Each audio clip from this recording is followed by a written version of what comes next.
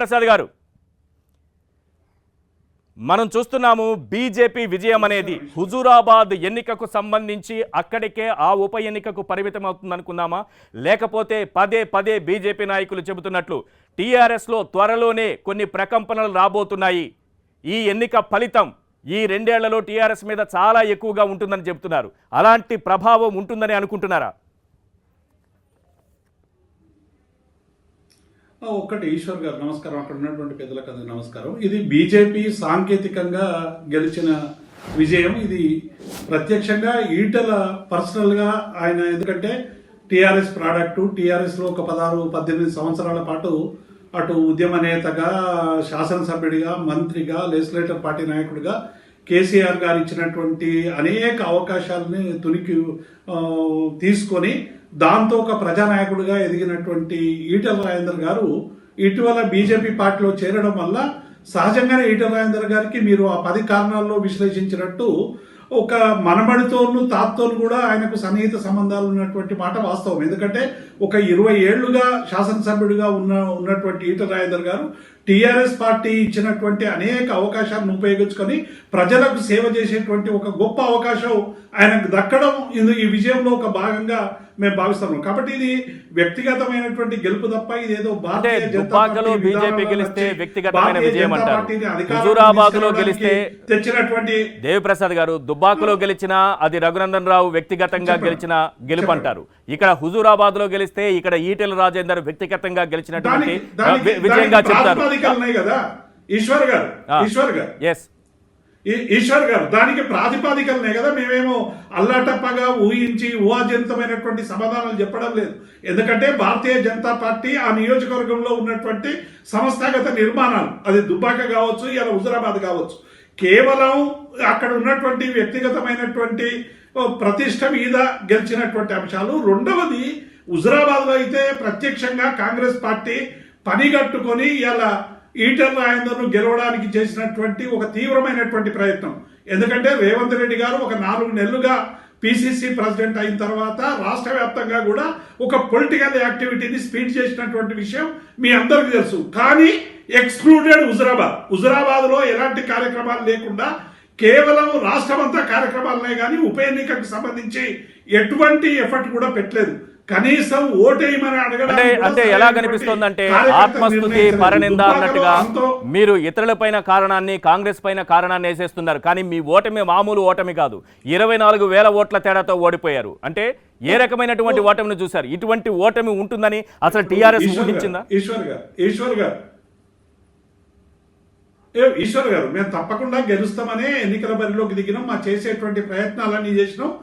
రకరకాల ఈక్వేషన్స్ వల్ల, ఇటు మేము వేసుకున్నటువంటి అంచనాల వల్ల కొన్ని లోటుపాట్లు జరిగి డెఫినెట్ గా ఇలా ఈటల రాజేందర్ గారు గెలిచారు. ప్రజా తీర్పును మేము శిరసా వహిస్తాం.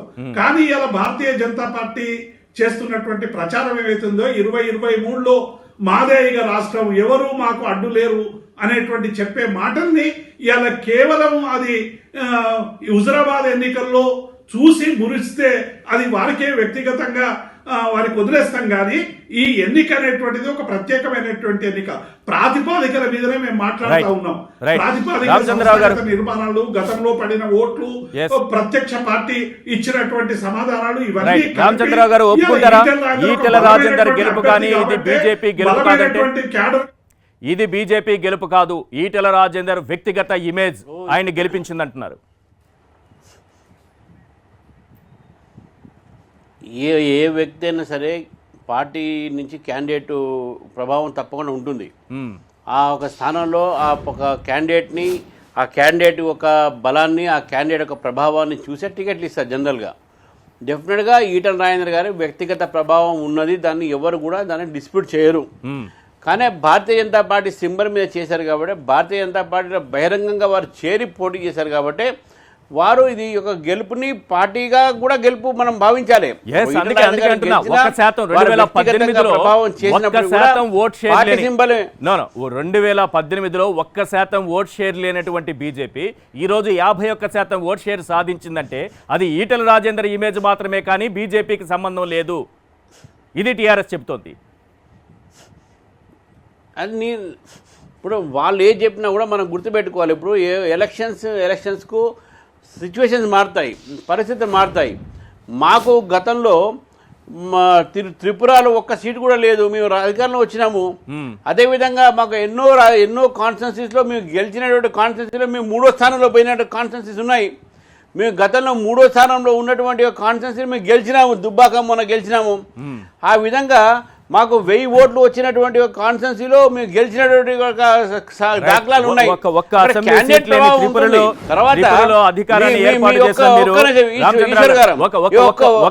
అసెంబ్లీ సీట్ లేనటువంటి త్రిపురలో నెమ్మదిగా మీరు అధికారంలోకి వచ్చారు, ప్రభుత్వాన్ని ఏర్పాటు చేశారు. ఇప్పుడు 3 అసెంబ్లీ సీట్లు మీ చేతిలో ఉన్నాయి. మీరు 2023 నాటికి ప్రభుత్వాన్ని ఏర్పాటు చేసేటటువంటి స్థాయికి ఎదుగుతారా? ఆ నమ్మకం ఉందా? డెఫినెట్గా మా స్ట్రాటజీ అదే. ఇప్పుడు మేము దుబ్బాక గెలిచినాము, డెఫినెట్గా మాకున్నది సంజయ్ గారి పాదయాత్రతో కూడా మనకు ఉన్న ఒక సపోర్ట్ చూసాము. ఇప్పుడు రాబోయే 2వ విడత కూడా సపోర్ట్ మాకు వస్తుంది. డెఫినెట్గా రాష్ట్ర వ్యాప్తంగా భారతీయ జనతా పార్టీ ప్రత్యామ్నాయంగా ఈరోజు ప్రజలు భావిస్తూ ఉన్నారు. ఒక రెండో విషయం, మన ఈశ్వర్ గారు మీ యొక్క అనాలిసిస్లో మీరు చెప్పారు ఈటెల రాజేందర్ గారి ఒంటరి పోరాటం అని. ఈటెల రాజేందర్ గారి ఒంటరి పోరాటం వారు కేసీఆర్ గారితో చేసినచ్చు, కానీ ఎన్నికలలో భారతీయ జనతా పార్టీ శ్రేణులందరూ కూడా కలిసి జితేందర్ రెడ్డి గారు ఇన్ఛార్జు, వివేక్ గారు, కిషన్ రెడ్డి గారు, బండి సంజయ్ గారు అక్కడ కూర్చొని అక్కడ ప్రచారం చేశారు. వారికి తోడుగా ఉన్నారు కార్యకర్తలు, బీజేపీ కార్యకర్తలు తోడుగా ఉన్నారు. కాబట్టి ఈటెల రాజేందర్ గారు ఒంటరి పోరాటం కాదు, బీజేపీ కార్యకర్తలతోని వారు పోరాటం చేశారు, నాయకులతో పోరాటం చేశారు. ఆ పార్టీ నుంచి బయటకు వచ్చి టీఆర్ఎస్ పార్టీ మీద ఒంటరి పోరు సాగించారనేది దాని ఉద్దేశం. రైట్. ఎస్, మీకు ఇంకో పాయింట్ ఉంది. మీరు మాట్లాడిన తర్వాత మహేష్ కుమార్ గౌడ్ గారు మాట్లాడతారు. కాంగ్రెస్ పార్టీ నుంచి మీకు అంతర్గతంగా సహకారం లభించింది, అదే ఈ విజయానికి కారణం అనేది ఇప్పటికీ టీఆర్ఎస్ పదే చెప్తోంది. ఎన్నికలకు ముందు చెప్పింది, ఎన్నికల తర్వాత కూడా చెప్తోంది. ఏ పార్టీ అయినా సరే తన క్యాడర్ని కానీ తన ఓటర్ని కానీ బహిరంగంగా వేరే వాళ్ళకి షిఫ్ట్ చేయమని చెప్పి ఎవరు అడగరు, కాదు కూడా.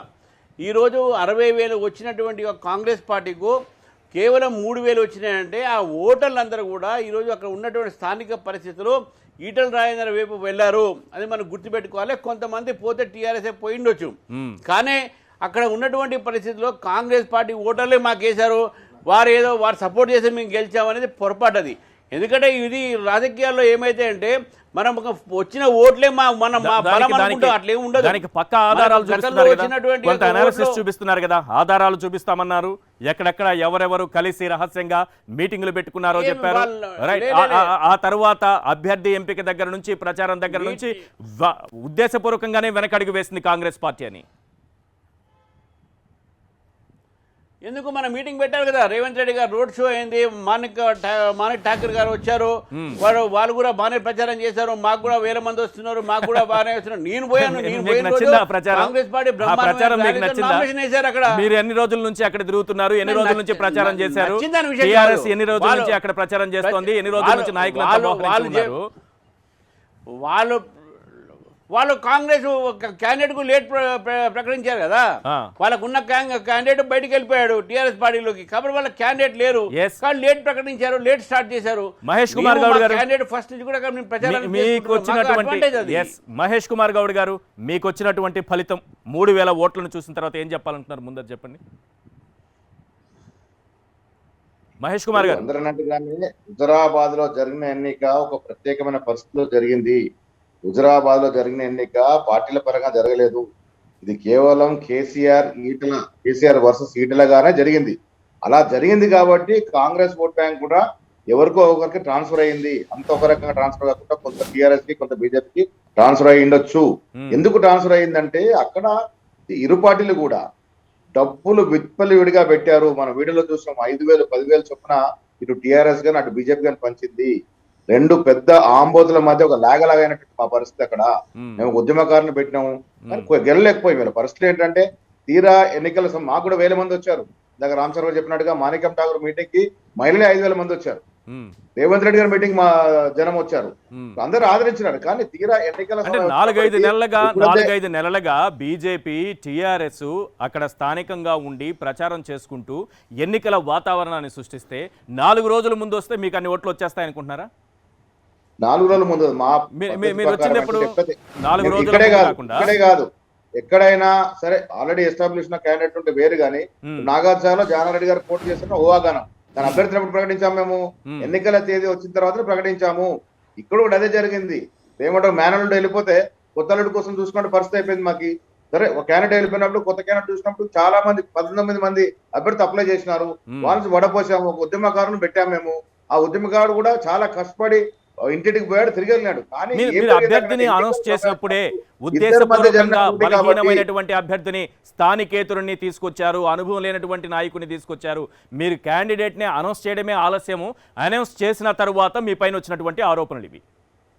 క్యాండిడేట్ మేము ఎందుకు పెట్టి గెల్లు శ్రీనివాస్ ఒక విద్యార్థి నాయకుడిగా ఉన్నారు కాబట్టి మా తరఫు కూడా ఒక కరెంట్ పొలిటిక్స్ లో ఉద్యమం చేస్తూ నిరుద్యోగుల కోసం కేసీఆర్ పై నిరంతరం పోరాడుతున్న వ్యక్తి బల్మూరు వెంకట్ ఒక ఉద్యమకారులా ఉన్నాడు, నిరుద్యోగ సమస్య పోరాడుతూ ఉన్నాడు, నిరుద్యోగ సమస్యకి బ్రాండ్ అంబాసిడర్ గా ఉన్నాడు కాబట్టి తీసుకొచ్చి పెట్టినాము. సరే, అక్కడ జరిగింది ఒకటి, కాంగ్రెస్ లేట్ అయిందా బీజేపీ ఉందా కాదు, అక్కడ జరిగినటువంటి ఎన్నిక ఏంటి? కేసీఆర్ గారు అకారణంగా ఈటెల రాజేంద్రని మంత్రం తప్పించినారు, భూ కబ్జా పేరేసి తప్పించినారు. ఒకవైపు ఈటెల రాజేంద్ర గారు సానుభూతి పొందుతా ఉంటే, మరొకవైపు కేసీఆర్ కు గుణపాఠం చెప్పాలి, ఒంటెత్తి పోకుండా పోతా ఉన్నాడు, ఒక జమీందారు లాగా పాలిస్తా ఉన్నాడు, దొరపాలన సాగిస్తా ఉన్నాడు, విచ్చలవిడిగా అవినీతి జరుగుతా ఉంది, వీరికి గుణపాఠం చెప్పాలనుకున్న ప్రజలు. అక్కడ జరిగింది వాళ్ళు ఒకటి చూసుకుంటే మైనస్ ఈటెల బీజేపీ పరిస్థితి ఏంటి అక్కడ? ఇవాళ అదే ఈటెల కాంగ్రెస్ పార్టీకి వచ్చి పోటీ చేసి ఉంటే ఇలా మా పరిస్థితి బీజేపీకి ఉండేది. గతంలో వచ్చిన 1% మీరు పదే అది చెప్పడం వల్ల మీరు పదే ఈటెల రాజేందర్ కాంగ్రెస్ లోకి రావాలి లేదా భవిష్యత్తులో మీరు పదే ఈ మాట చెప్పడం, ఈటెల రాజేందర్ కాంగ్రెస్ పార్టీలోకి వచ్చింటే బాగుండేదని చెప్పడం కానీ, లేకపోతే భవిష్యత్తులోనైనా కాంగ్రెస్ పార్టీలోకి వస్తారని చెప్పడం కానీ మీ ఓట్ షేర్ ని దెబ్బతీస్తుంది అనుకోవచ్చా? అంతా ఈటెల వైపు వెళ్ళిపోయింది అనుకోవచ్చా? అంటే నేను ఉదాహరణ చెప్తా ఉన్నాను, అక్కడ బీజేపీ వారు మేము టెక్నికల్ మేము గెలిచామని చెప్పుకుంటున్నారు. అదే ఈటెల రాజేందర్ కాంగ్రెస్ కాదు సిపిఎం ఇండిపెండెంట్ పోటీ చేస్తుంటే ఇలా బీజేపీ పరిస్థితి ఏంటి? అక్కడ 1-2% ఓట్లు వచ్చేవి గతంలో వచ్చిన మాదిరిగానే. ఇవాళ వారు గెలవడం వల్ల బీజేపీ గెలిచిపోయింది, రాష్ట్రంలో నిలబెడతాను కానే కాదు. బీజేపీ బలంగా తయారవుతోంది రాష్ట్రంలో, టిఆర్ఎస్ కు ఒక ప్రత్యామ్నాయం బీజేపీ మాత్రమే స్థాయికి ఎదుగుతోందని ఏమన్నా గుర్తిస్తారా? సమస్య లేదు, బీజేపీ ఎదిగే ఒక 2 సీట్లు గెలవగానే ఎదిగే సమస్య లేదు. గ్రౌండ్ లెవెల్ పరిస్థితి చూసుకుంటే రేపు ఎన్నికల్లో టిఆర్ఎస్ కి ప్రత్యామ్నాయం కాంగ్రెస్ పార్టీయే. రామచంద్రరావు గారు, మీరు ఇంత పెద్ద ఘన విజయం సాధించినప్పటికీ కూడా టిఆర్ఎస్ కు ప్రత్యామ్నాయం కాంగ్రెస్ పార్టీ వారు ఇప్పటికీ ధీమాగానే ఉన్నారు. రామచంద్రరావు గారు, వారు ఒక రాజకీయ పార్టీగా ధీమాలో ఉండడం తప్పేం లేదు. వారి యొక్క పార్టీ లైన్ వారు ఆలోచిస్తారు. కానీ ఒకటి మనం గుర్తుపెట్టుకోవాలి, ఈశ్వర్ గారు, మహేష్ గారు ఒక మాట అన్నారు, ఏమని? ఈటెల రాజేంద్ర గారు వారు ఇండిపెండెంట్గా చేసినా గెలుస్తుండే, లేకుంటే మా దగ్గర వచ్చినా గెలుస్తుండే వారు. కానీ భారతీయ జనతా పార్టీలో ఈటెల రాజేంద్ర ఎందుకు చేరారు? ఎందుకంటే భారతీయ జనతా పార్టీ ఒక స్ట్రాంగ్ పార్టీ, ఒక నేషనల్ పార్టీ, ఒక రాజకీయంగా ఎదుగుతున్న పార్టీ కాబట్టి మమ్మల్ని ఎన్నుకున్న వారు మా పార్టీలో వచ్చారు. అది కూడా మనం గుర్తించాల్సిన అవసరం ఉంది. ఎన్నో అవకాశాలు ఉన్నప్పటికీ కూడా భారతీయ జనతా పార్టీలో చేరడం అనేది ఏదుందో, ఇది భారతీయ జనతా పార్టీ బలపడుతున్నటువంటి ఒక నేపథ్యం మనం చూడాలి. ఎందుకు అట్లా అల్లాటప్పగా అన్ని పార్టీలో చేరారు కదా, ఎందుకు చేరారు బీజేపీలో? అంటే BJP strong party in Telangana చేరారు. లేకపోతే ఈటెల రాజేందర్ టిఆర్ఎస్ అనే పోటీ మాత్రమే జరిగింది కాబట్టి కాంగ్రెస్ కి 3000 ఓట్లే వచ్చాయని చెప్తున్నారు. లేకపోతే కాంగ్రెస్ పార్టీ గతంలో 60,000 ఓట్ల ఈటెల రాజేందర్ గారి డెఫినెట్ గా ఈటెల రాజేందర్ గారి వ్యక్తిగత ప్రభావం ఉన్నది. ఎవ్వరు కూడా దాన్ని డిస్ప్యూట్ చేయము. కానీ కాంగ్రెస్ పార్టీ మాకు 60,000 గతంలో వచ్చినాయి కదా, అవన్నీ మా ఓట్లే అనుకోవటం కూడా పొరపాటు. అది వాస్తవం మనకు వాళ్ళు కూడా గుర్తించాల్సిన అవసరం ఉన్నది. మహేష్ కుమార్ వారు చెప్పినందుకు ఓట్లు వేరే పార్టీకి పోలేదు, ప్రజలు నిర్ణయించారు. అక్కడ ప్రజలు ఎవరికి ఓటేయాలని చెప్పారు. పక్కగా పడే ఓటు ఉంటది, మిగతా ఓట్లు ఎంతగా సానుభూతి పరులు ఉంటారు. కాంగ్రెస్ సభ్యులు కాకుండా సానుభూతి పరులు ఉంటారు. గతంలో మా సానుభూతి పరులు 60,000 ఉండొచ్చు, ఇవాళ అదే సానుభూతి పరులు ఇవాళ ఈటల మీద సానుభూతితోనో లేక సంక్షేమ పథకాలు ఆకటే టీఆర్ఎస్ కు బీజేపీకి వేసి ఉండొచ్చు. ఒక నిక్కచ్చిగా ఇంత ఓట్ బ్యాంక్ అంత ఓట్ బ్యాంక్ పడాలని ఏం నిక్కచ్చి రూల్ ఏం లేదు. సో ఈ పోటీ నుంచి అవుట్ అయినటువంటి కాంగ్రెస్ పార్టీ మరి 2023 నాటికి ఇన్ అవుతుందా? డెఫినెట్ గా 2023 నాటికి మేము పుంజుకుంటాము. ఆ నియోజకవర్గంలో రాష్ట్ర వ్యాప్తంగా పుంజుకునే దశలో ఉన్నాం మేము. రేవంత్ రెడ్డి గారు తర్వాత మేము చూస్తా ఉన్నారు, లక్షల మంది హాజరవుతా ఉన్నారు. కాంగ్రెస్ వైపు ప్రజలు చూస్తా ఉన్నారు. ఇక్కడ టిఆర్ఎస్ ప్రభుత్వానికి నూకలు చెల్లిపోయినాయి. వచ్చే రోజుల్లో డెఫినెట్ గా ఇంటికి పంపడం ఖాయం. ఆ ప్రత్యామ్నాయ పార్టీ ఏదైతుందో అది కాంగ్రెస్ పార్టీయే, దాంట్లో ఏం అనుమానం లేదు, సంశయం లేదు. రైట్. ప్రతిపక్షాలు బలంగా తయారవుతుంది, అది బీజేపీ కావచ్చు ఈ ఎన్నికతో, లేకపోతే మహేష్ గౌడ్ వారు ఆలోచిస్తున్నట్టు, లేకపోతే వారి విశ్వాసం ప్రకారం కాంగ్రెస్ పార్టీ ప్రతిపక్షాలు అనేవి చాలా బలంగా తయారవుతున్నాయి. ఇది టీఆర్ఎస్కు ప్రమాదకరం అనేది ఏం చెప్తారు? దీనికి మీరు గమనించట్లేదా ఈ ఫలితాలతో? ఒక్కటి ఈశ్వర్ గారు, అంటే ఒకవేళ అంటే టిఆర్ఎస్ పార్టీ ఒక బలమైనటువంటి నిర్మాణం ఉన్నటువంటి పార్టీ, బలమైనటువంటి పార్టీ, అనేక సంక్షేమ పథకాలను అభివృద్ధి పథకాలను అమలు చేస్తున్నటువంటి పార్టీ. ఈ ఎన్నికకు సంబంధించినటువంటి చర్చ, అభివృద్ధికి సంబంధించి సంక్షేమానికి సంబంధించినటువంటి చర్చను సైడ్ ట్రాక్ చేసేటువంటి ప్రయత్నం చేసి ఎన్నికల్లో కొద్దిగా లబ్ధి పొందేటువంటి ప్రయత్నం భారతీయ జనతా పార్టీ చేసినప్పటికీ కూడా భారతీయ జనతా పార్టీకి 2014లో ఐదు సీట్లు ఉండే, దాన్ని మేము 2018లో 1కి తీసుకురాగలిగాం. కష్టపడి వాళ్ళు అటు ఇటు చేసి 3 కాగలిగారు. రేపు 23లో 5 కాగలుగుతారు తప్ప ఎన్నికలు జరగకముందే 2018కి 23కి మధ్యలో 1 నుంచి 3కి పెరిగింది బీజేపీ. ఇది మనం గమనించాల్సింది. అలాగే 4 సాధించుకోగలిగింది.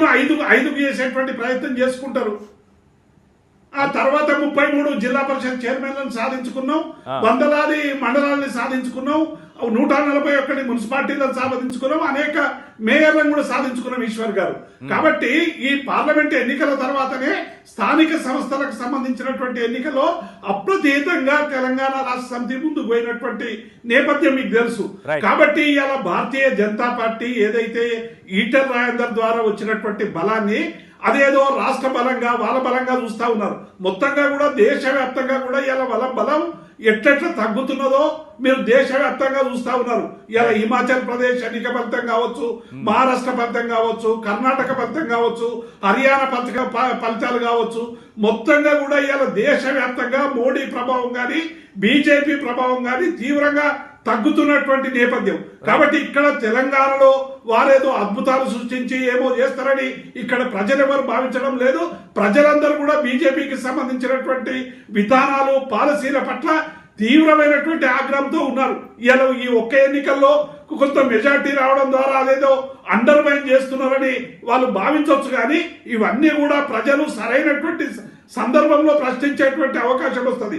ఎందుకంటే ఈ ఉప ఎన్నికల్లో ఓడడం ద్వారా కేవలం ముఖ్యమంత్రి కానీ ఇక్కడ టిఆర్ఎస్ పార్టీ కానీ పొయ్యేది లేదు అనేటువంటి భావనతో కూడా కొంతమంది టిల్ట్ అయ్యేటువంటి అవకాశంతో ఈటెల రాజేందర్ కు పాత పరిచయాలు, ఈ ఓటమితో టీఆర్ఎస్ కు పోయేదేమీ లేదని మీరు అనుకుంటున్నారు, ప్రజలు అలా అనుకున్నారని మీరు అనుకుంటున్నారు. రైట్. అయితే టీఆర్ఎస్ లో నిజానికి అసంతృప్తులు ఉన్నారా? వారు ఈటెల రాజేందర్ స్ఫూర్తితో బయటకు వస్తారా? బీజేపీ పదే చెబుతోంది ఈ ఉప ఎన్నిక తర్వాత మరికొన్ని ఉప ఎన్నికలు జరగబోతున్నాయి, టీఆర్ఎస్ నుంచి మరికొంతమంది కూడా బయటకు రాబోతున్నారని. హుజురాబాద్ ఎన్నికల్లో ఓటర్లు ఏకపక్ష తీర్పునిచ్చారు. ఈ ఎన్నికల ఫలితం రానున్న 2 ఏళ్ల కాలంలో టీఆర్ఎస్ పైన ఏ రకంగా ప్రభావం చూపబోతోంది మనం చర్చిస్తున్నాము. మనం ఒక్కసారి కాంగ్రెస్ నాయకులతో మాట్లాడిన తర్వాత దేవిప్రసాద్ గారితో ఈ అంశం పైన మాట్లాడదాం. మహేష్ గారు, ఇంతకుముందు మనం మాట్లాడుకున్నాం, మీరు ఉద్దేశపూర్వకంగానే కాంగ్రెస్ పార్టీ వెనక్కి తగ్గింది, ఉద్దేశపూర్వకంగానే ప్రచారంలో వెనుకబడింది, ఉద్దేశపూర్వకంగానే మీరు క్యాండిడేట్ని అక్కడ పట్టించుకోలేదు, అతను కూడా మాణిక్యం ఠాగూర్ దగ్గరకు వెళ్ళి మొరపెట్టుకున్నారనేటటువంటి పరిస్థితి కూడా చూసాం. ఈరోజు ఇది టీఆర్ఎస్ ఆరోపిస్తోందని మనం చర్చించుకుంటున్నాం. కాదు, మీ పార్టీకి సంబంధించినటువంటి నాయకులే పదే ఈ వ్యాఖ్యలు చేశారు. కోమటిరెడ్డి దగ్గర నుంచి జగ్గారెడ్డి కావచ్చు, లేకపోతే ఇతర నాయకులు కావచ్చు, పొన్నం ప్రభాకర్ కావచ్చు, ఈ వ్యాఖ్యలు చేస్తున్నారు. మీ పార్టీ వ్యవహరించిన తీరుపై అసంతృప్తి వ్యక్తం చేస్తున్నారు. హుజురాబాద్ లో ఇప్పుడు టిఆర్ఎస్ ఓడిపోయిన తర్వాత ఎన్నైనా మాట్లాడొచ్చండి. హుజురాబాద్ లో మాట్లాడుతున్నది మీ పార్టీ నాయకులు, దానికి వాళ్ళకి ఆన్సర్ చేయాలి మీరు. మా పార్టీకి నాయకులు మాట్లాడిన విషయంలో రేపు పిఎస్సి మీటింగ్ ఉంది, డెఫినెట్ గా దానిలో చర్చిస్తాం.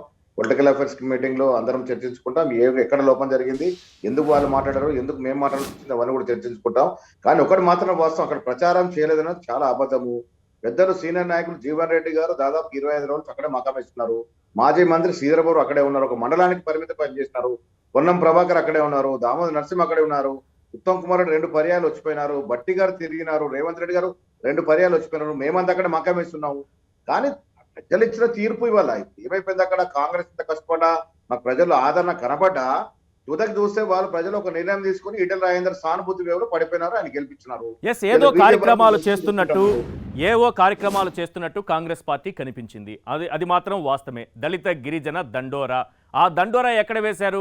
మీరు హుజూరాబాద్కి అవతల వేస్తే ఆ దండోరా హుజూరాబాద్లో వినిపించలేదు. నిరుద్యోగుల కోసం ఏం చేశారు? జంగ్ సైరన్ మోగించారు. ఆ సైరన్ కూడా హుజూరాబాద్కి అవతల చేశారు. ఆ సైరన్ మోత కూడా హుజూరాబాద్ ప్రజలకు వినిపించలేదు. ఇదంతా ఉద్దేశపూర్వకంగా చేశారు. అంటే మ్యాచ్ గ్రౌండ్లో కాకుండా గ్రౌండ్ వెలుపల మీరు ఆడారనేది ఆరోపణ. ఎన్నికలు అయిన తర్వాత ఎన్నికల నియమాలు ఉన్నప్పుడు అక్కడ 500కు మించి మీటింగ్లు పెట్టుకోతున్నప్పుడు అక్కడ ఈ సైరన్లు పెట్టాల్సిన అవసరం లేదు కదా. అండ్ జంగ్ సైరన్ కు, దళిత దండోరాకి హుజరాబాద్ ఎన్నికకు సంబంధం లేదండి. ఇవన్నీ కూడా మొదలే నిర్ణయించిన ప్రకారం ఎక్కడ ఏ జిల్లాలో పెట్టాలో ఆ జిల్లాలో పెట్టాము. సీఎం గారు సొంత జిల్లాలో పెట్టాలనుకున్నాము, గజ్వేల్ నియోజకవర్గంలో పెట్టాము, లక్షల మందిని ఆకట్టుకోగలిగినాము. ఇప్పుడు మహబూబ్ నగర్ లో పెట్టాము, అక్కడ పాలమూరు జిల్లా నిరుద్యోగులు ఎక్కువ అక్కడ పెట్టాము. ఈ నియోజకవర్గం అంటే గ్రౌండ్ వదిలేసి గ్రౌండ్ వెలుపలాడినట్టుగా లేదా? ఇదే బీజేపీ బండి సంజయ్ గారి మొదటి దశ పాదయాత్ర ముగింపు హుస్నాబాద్ లో పెట్టుకున్నారు. వాళ్ళు అక్కడ అంత పెద్ద సభ పెట్టుకోలేదా? జాతీయ స్థాయి నాయకులు రాలేదా? లేలే, ముందే నిర్ణయించిన ప్రకారం ఈశ్వర్ గారు ముందే నిర్ణయించిన స్థలాల్లో కార్యక్రమాలు జరిగాయి. హుజరాబాద్ కి సంబంధం లేదు. హుజరాబాద్ లో ప్రచారం ఎంత చేయాలో అంత చేశాం.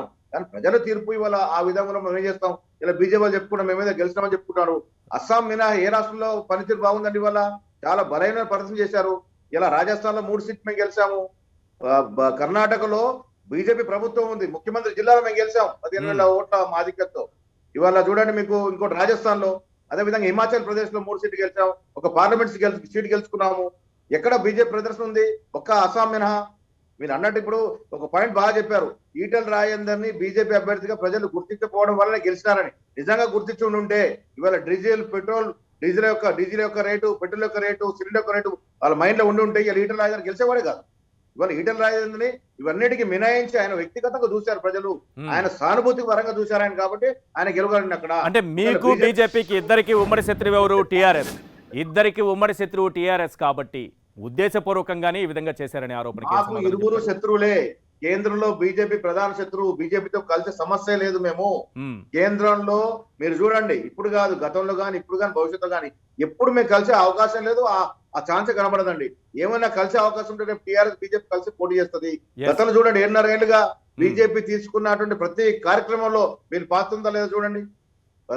ప్రెసిడెంట్ ఆఫ్ ఇండియా ఎలక్షన్ మొదలుకొని మొన్న రైతు వ్యతిరేక చట్టాల వరకు బీజేపీతో వీళ్ళు బాసటగా ఉన్నారా లేదా? మాతో ఇక్కడ ఉద్యమం చేసి కేసీఆర్ గారు ఢిల్లీకి వెళ్ళి వాటికి మద్దతు తెలిపారు. సో అనునిత్యం ప్రతి కార్యక్రమంలో వీళ్ళ పాత్ర ఉంది.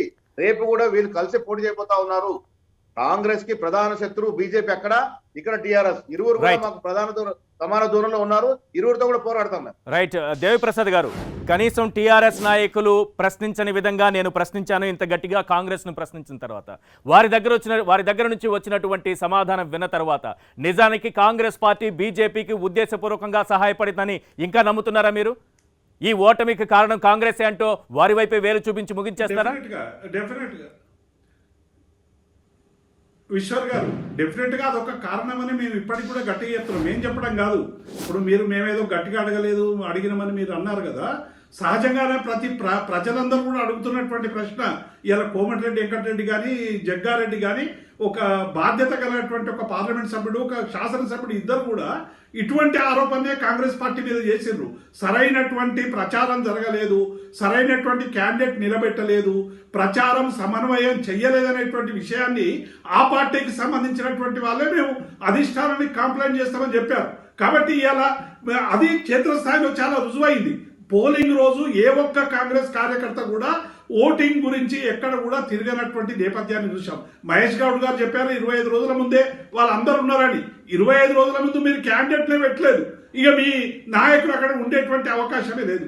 వాళ్ళంతా వచ్చిందంతా కూడా ఒక వారం నుంచి 10 రోజుల మధ్య మొత్తంగా కూడా ముగించేటువంటి ప్రయత్నం చేసింది తప్ప సీరియస్నెస్ లోపించలేదు. ఇలా భారతీయ జనతా పార్టీ కేంద్రంలో అనుసరించేటువంటి విధానాలకి ఈ ఎన్నిక ద్వారానైనా ప్రజలకు వివరిద్దామనేటువంటి కనీస ప్రయత్నం కూడా చేయనటువంటి పరిస్థితి ఇవాళ హుజురాబాద్ నియోజకవర్గంలో కనబడింది. రైట్, అదే కాంగ్రెస్ పార్టీ అభ్యర్థిని ఆపరేషన్ ఆకర్ష్ పేరుతో కౌశిక్ రెడ్డిని ఒక నిమిషం సార్, మహేష్ గారు ఒక నిమిషం ప్లీజ్. ఏ పార్టీలో కూడా ఒకటే నిమిషం, ఏ పార్టీలో కూడా ప్రెసిడెంట్ మా రాష్ట్ర అధ్యక్షుడు పక్కన పెట్టిన ఒక మండల అధ్యక్షుడు కూడా ఫలానా పార్టీకి మన వాళ్ళు ఓటేయండి అని చెప్పే పరిస్థితి ఉండదండి. అది మా సూసైడ్లో అవుతుంది. ఎవరు కూడా చెప్పరు. ఆ ఓటర్ మహాశయుడు సమయం వచ్చినప్పుడు ఆయన ఎటువైపు ఓటేసుకున్న పరిస్థితి ఎటువైపు అడగకుంటే మహేష్ గారు అడిగితేనే ప్రజలు మా ఓటు బ్యాంక్ అంతా కూడా బీజేపీకి ట్రాన్స్ఫర్ ఎక్కడుంది రుజువు? ఇటు టీఆర్ఎస్ కూడా పడి ఉండొచ్చు, బీజేపీ కూడా పడి ఉండొచ్చు. అంత మాత్రాన మీరు ఓడిపోయి మా మీద నిందేయడం అనేది తప్పండి. ఇది మీరు ఓడిపోయారు, స్వయం కృతాప్రాపము. మీరు ఈ రాష్ట్రంలో చాల్సిన పాలన తీరు పట్ల ప్రజలు విసిగిపోయినారు. మీ జమీందారీ సిస్టమ్ వల్ల, మీ దొరతనం వల్ల, మీ నాయకుడు యొక్క ఒంటెద్ది పోకడం వల్ల, ప్రజాస్వామ్య విలువల్ని కాపాడకపోవడం వల్ల ఇవాళ ప్రజలు విసిగి వేశారు. మీకు వ్యతిరేకంగా ఓటేశారు. ఇవాళ ఆయన వీటి రాజేంద్ర అనే వారికి సానుభూతి వల్ల ఓటేశారు. అన్యాయంగా కాంగ్రెస్ పార్టీ ఒకవేళ దేవిప్రసాద్ గారు మీ పార్టీలో ఉన్నారు, వాళ్ళ మీద చర్యలు ఎందుకు తీసుకోవాలి? ఈయన మీద ఎందుకు సర్జన పరిచయం జరిగిన తర్వాత ప్రజలు కాంగ్రెస్ పార్టీ ఒకవేళ ఉద్దేశపూర్వకంగా వెనక్కి తగ్గిందనే అనుకుందాము, మీరు అనుకుంటున్నట్టుగానే, టీఆర్ఎస్ భావిస్తున్నట్టుగానే. కానీ కాంగ్రెస్ పార్టీ అభ్యర్థిగా ఉన్నటువంటి, గత ఎన్నికల అభ్యర్థిగా ఉన్నటువంటి కౌశిక్ రెడ్డిని మీరు తీసుకోవడం వల్ల, బలమైన అభ్యర్థి కాంగ్రెస్ పార్టీలో లేకపోవడం వల్ల, ఈరోజు కౌశిక్ రెడ్డి కాంగ్రెస్ పార్టీలో ఉంటే ఓ 20,000 ఓట్లు 30,000 ఓట్లు చీల్చుంటే అప్పుడు పరిస్థితి వేరేగా ఉండేది కదా. సో మీ ఆపరేషన్ ఆకర్ష్ కూడా మిమ్మల్ని దెబ్బకొట్టిందని అనుకోవచ్చా? ఇప్పుడు స్వయం కృతాప్రావం ఉండేది, స్వయం కృతాప్రావంతో పోయింది. ఒక్కటి ఈశ్వర్ గారు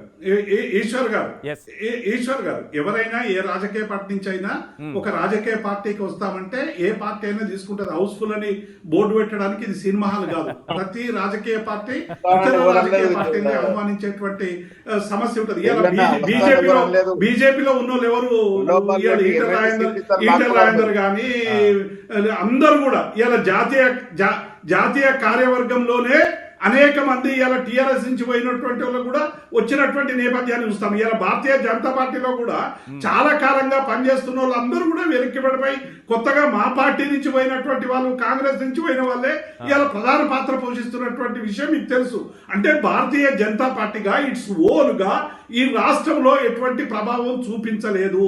టీఆర్ఎస్ పార్టీలో, కాంగ్రెస్ పార్టీలో ఉన్నటువంటి బలమైనటువంటి అభ్యర్థుల్ని వాడడం వల్లే అంతో ఇంతో క్షేత్రస్థాయిలో నిలబడుతుందనేటువంటి మాట వాస్తవం ఈశ్వర్ గారు.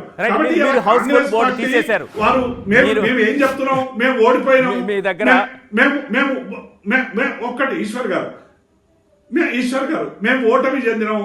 ప్రజల అభిప్రాయాన్ని మేము గౌరవిస్తున్నాం. మరి ఈ టీఆర్ఎస్ పార్టీ అనేక ఆటుపోట్లను ఎదుర్కొన్నది ఈశ్వర్ గారు, అనేక గెలుపులను చూసింది, అనేక ఓటమిని చూసింది.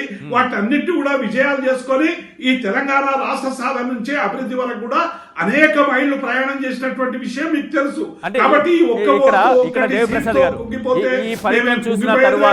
గెలిస్తే పొంగిపోయేది లేదు. ఈ ఫలితం చూసిన తర్వాతైనా మీరేదో అన్నారు కదా, హౌస్ఫుల్ బోర్డు తీసేసాం, మా దగ్గర ఇది సినిమా థియేటర్ కాదన్నారు కదా. ఇప్పటికీ కూడా కాంగ్రెస్ నుంచో లేకపోతే బీజేపీ నుంచో మీ పార్టీలోకి వచ్చేవాళ్ళు ఉన్నారనుకుంటున్నారా ఈ ఫలితాల తర్వాతైనా? తప్పకుండా ఉంటారు ఈశ్వర్ గారు, తప్పకుండా ఉంటారు. మీరు చూడండి ఇది ఇప్పుడు ఈటెల రాజేందర్ లాంటి వాళ్ళు 18 సంవత్సరాలు ఎమ్మెల్యేగా ఉన్నవాళ్ళు, 2 సార్లు ఎమ్మెల్యేగా ఉన్నవాళ్ళు, లెజిస్లేటర్ పార్టీగా ఉన్నవాళ్ళు, ఉద్యమ నాయకులుగా ఉన్నవాళ్ళు ఎంతమంది రాష్ట్రంలో ఉంటారు? ఎంతమంది వాళ్ళకి అభ్యర్థులు దొరుకుతారు? ఈశ్వర్ గారు ఒకటే సీటు హుజురాబాదు, దాంతోనే క్లోజు. ఇక కొత్తగా వచ్చేటువంటి వాళ్ళు లేరు, కొత్తగా వాళ్ళకు వచ్చేటువంటి అదనపు బలం కూడా లేదు. భారతీయ జనతా పార్టీకి కేవలం బలమైనటువంటి అభ్యర్థులు టీఆర్ఎస్ ద్వారా, కాంగ్రెస్ ద్వారా వచ్చినటువంటి అభ్యర్థులు తప్ప ఇట్స్ ఓన్ గా బీజేపీలో ఉన్నటువంటి వాళ్ళు 2-3 తప్ప ఎక్కువ లేరనేటువంటి విషయం అందరికి కూడా తెలుసు. కాబట్టి ఇవాళ భారతీయ జనతా పార్టీ ఇది కేవలం ఈటెల రాజేందర్ వ్యక్తిగతమైనటువంటి దాంతో గెలిచింది. ఈటెల రాజేందర్ ఎక్కడ కూడా బీజేపీని ఓన్ చేసుకోలేదు, జై మోడీ అని లేదు, జై శ్రీరామ్ అని లేదు, జై బీజేపీ అని లేదు. ఎక్కడ కూడా బీజేపీకి సంబంధించినటువంటి వాటిని ఓన్ చేసుకోలేదు. పైగా బీజేపీ చేసినటువంటి చట్టాలను తీవ్రంగా జై మోడీ అన్న, జై బీజేపీ అన్న, కాషాయ కండువా వేసుకున్న ఓట్లు పడేవి కావా? ఆయన గెలుపు సాధ్యమైందనేటువంటి ఆయన కాషాయ కండువా వేసుకొని జై బీజేపీ అని ఉంటే ఓట్లు పడేవి కావా? డెఫినెట్ గా పడేవి కావు ఈశ్వర్ గారు. ఎందుకంటే హుజరాబాద్ అనేక సామాజిక ఉద్యమాలకి సెక్యులర్ భావాలకి ఒక అడ్డాగా ఉన్నటువంటి ప్రాంతం. ఈటెల రాజేందర్ గారు చాలా మందితో చెప్పింది ఏంటంటే ఇది కేవలం వ్యక్తిగానే చూడండి. నేను కొంతమంది హుజరాబాద్ లో మైనార్టీకి సంబంధించినటువంటి వ్యక్తుల్ని కలిసినటువంటి సందర్భంలో మేము ఇక్కడ బీజేపీ పార్టీగా చూడడం లేదు సార్, ఈటెల రాజేందర్ గారు మాతో సెక్యులర్ గా ఉంటాడు, అనేక సందర్భాల్లో మాతో కలిసి ఉన్నాడు కాబట్టి వ్యక్తిగతంగా మేము అటువైపు మొగ్గు చూపుతున్నాం తప్ప బీజేపీ అనే పార్టీకి మేము వెయ్యము రామచంద్రరావు గారు అని వాళ్ళు చాలా స్పష్టంగా మీరు ఒప్పుకుంటారా? రాష్ట్రంలో కేసీఆర్ గారు ఉండాలి. విజయం సాధించిన తరువాత కూడా ఈటెల రాజేందర్ గారు పైన కాషాయ కండువా కప్పుకోలేదు, జై బీజేపీ అనే మాట అనలేదు. అలా అంటే ఓట్లు పడవు కాబట్టి ప్రచారం దగ్గర నుంచి గెలిచిన తరువాత వరకు కూడా ఆయన ఎక్కడ ఆ మాట అనలేదని అంటున్నారు. ఒప్పుకుంటారా? మీ స్క్రీన్ మీద ఇప్పుడే ఈటెల రాజేందర్ గారు కారు ఎక్కుతుంటే వారి యొక్క మెడ మీద బీజేపీ కండవ నేను చూశానండి. అది మనకు కనబడతా ఉంది. ఇంకా కనబడుతున్న కూడా కళ్ళు మూసుకుంటే ఎట్లా అవుతుంది? మనం రెండు విషయాలు ఇక్కడ గుర్తుపెట్టుకోవాలి. ఒకటి, కాంగ్రెస్ పార్టీ టీఆర్ఎస్ పార్టీ గతంలో ఇద్దరు కూడా అలయన్స్లో ఉండే, అది మనం గుర్తుపెట్టుకోవాలి. TRS party Congress party alliance, BJP ఎప్పుడు టీఆర్ఎస్ అలయన్స్ లేదు. ఒకటి. రెండో విషయం వచ్చే వరకు ఇంతకుముందు దేవి ప్రసాద్ గారు చాలా విశ్లేషణలు చెప్పారు. ఈటెల రాజేందర్ గారు బీజేపీలో అంతా పాత టీఆర్ఎస్ నుంచి వచ్చారు, కాంగ్రెస్ నుంచి వచ్చారని. డెఫినెట్గా భారతీయ జనతా పార్టీ తన ఒక బేస్ని పెంచేటప్పుడు ఇతర పార్టీ నుంచి ఎవరు వచ్చినా కూడా, ఏ సామాజిక వర్గం వచ్చినా కూడా మా ఒక బేస్ని పెంచుకుంటున్నాం. మేము ఒక క్యాడర్ బేస్ పార్టీ నుంచి మాస్ బేస్ పార్టీగా తయారవుతున్నప్పుడు, ఇతర పార్టీ నుంచి మా పార్టీలు వస్తున్నప్పుడు సర్వవ్యాపి సర్వస్పర్శి అనేటువంటి ఆలోచనతో మేము ముందుకు పోతున్నాం. ఈరోజు డెఫినెట్గా వాళ్ళు వచ్చినందుకు మా బలం పెరిగింది. ఈరోజు కాంగ్రెస్ పార్టీ నుంచి నాయకులు మా దగ్గర వచ్చిన ఆ ప్రాంతంలో మా బలం పెరిగింది. టీఆర్ఎస్ పార్టీ నుంచి ఎవరో వచ్చారో ఆ ప్రాంతంలో మా బలం పెరిగింది. డెఫినెట్గా we welcome strong leaders from other party. ఈ ఈటెల రాజేందర్ గారి గెలుపుతోని టీఆర్ఎస్ పార్టీలు కూడా ప్రకంపనలు రాబోతున్నాయి. దాంట్లో కూడా చాలా మంది అసంతృప్తి ఉన్నటువంటి నాయకులు, తెలంగాణ ఉద్యమంలో పనిచేసిన వాళ్లకు ఇక్కడ సరైనటువంటి ఇక్కడ అవమాన పడుతున్నారు, ఇక్కడ వారి గుర్తింపు లేదు అనేటువంటి భావంతో చాలామంది ఉన్నారు ఎమ్మెల్యేలు, ఎమ్మెల్సీలు. తప్పకుండా వాళ్ళు కూడా బయటకు వచ్చే రోజు వచ్చింది. ఇవాళ పెద్ద రకంగా రాజకీయ మార్పు టీఆర్ఎస్ పార్టీలో జరుగుతుంది కూడా ఈ యొక్క ఎలక్షన్స్ మనం చూడాల్సిన అవసరం కూడా ఉన్నది.